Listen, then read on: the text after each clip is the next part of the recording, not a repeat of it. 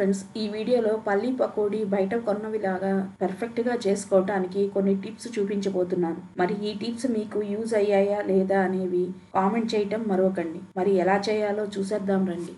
ఒక బౌల్లోకి 1 కప్పు పల్లీలు పోసుకుని మసాలా కోసం బ్లెండర్లోకి 7-8 పచ్చిమిర్చి, అర ఇంచి అల్లం ముక్క, కొద్దిగా కరివేపాకు, 1 స్పూన్ జీలకర్ర, ఇష్టం ఉన్నవారు 10-12 వెల్లుల్లి రెబ్బలు వేసి కచ్చా పచ్చాగా పేస్ట్ చేసుకోవాలి. ఈ పేస్ట్ ని పల్లీల బౌల్లోకి వేసి కొద్దిగా ఉప్పు, కొద్దిగా గరం మసాలా పౌడర్, పసుపు, కొద్దిగా ఎండుకారం వేసుకోవాలి. ఈ పల్లీలకు ఉప్పు చూసుకుని వేసుకోవాలి, తక్కువ పడుతుంది. ఎర్రకారం కూడా తక్కువ వేసుకోవాలి లేదా స్కిప్ చేసినా పర్వాలేదు, లేకపోతే వేగుతున్నప్పుడు నలుపు వచ్చేస్తాయి. కొద్దిగా కరివేపాకు వేసుకుని మసాలా అంతా అన్ని పల్లీలకు బాగా కలిసేటట్లు స్పూన్తో కలుపుకుంటున్నాను.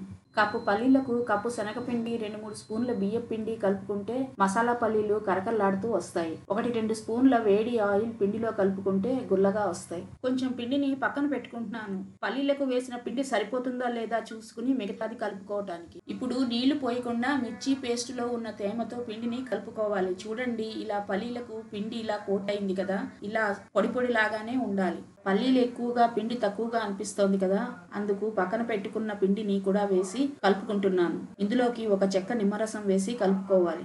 నిమ్మరసం వేసిన తర్వాత పల్లీలకు పిండి లైట్గా కోట్ అయ్యి ఇలా ఉండాలి. బాగా పొడపొడలాడుతూ ఉంటే 1 చుక్క నీళ్లు పోసి కలుపుకోవచ్చు. కడాయిలో సరిపడా నూనె పోసి బాగా వేడెక్కిన తరువాత మంట సిమ్లో పెట్టి కొంచెం పల్లి ముద్ద తీసుకుని ఒక్కొక్కటి వేళ్లతో సెపరేట్ చేస్తూ వేసుకుంటే అతుక్కోకుండా విడివిడిగా వస్తాయి. ఫ్రై ప్యాన్లో నూనెను సగానికి కొంచెం తక్కువగా తీసుకోవాలి. ఎందుకంటే పల్లీలు వేగుతున్నప్పుడు పొంగుతాయి, ఆయిల్ కూడా పొంగి కిందకు పడిపోతుంది.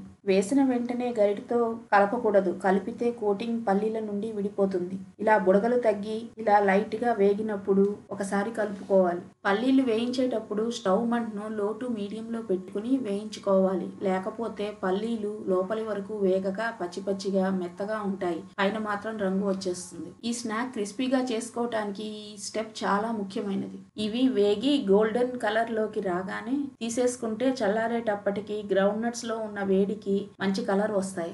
పల్లీలకు పిండి తక్కువైంది అనిపిస్తే కొంచెం పిండి కలుపుకుని 1 చిక్క నీళ్లు చల్లుకుని ప్రాసెస్ రిపీట్ చేసుకుంటే సరిపోతుంది. మీకు ఈ టిప్స్ ఎలా అనిపించాయి, మీరు ఎలా చేసుకుంటారో కామెంట్స్లో తెలియచేయగలరు. Thanks for watching.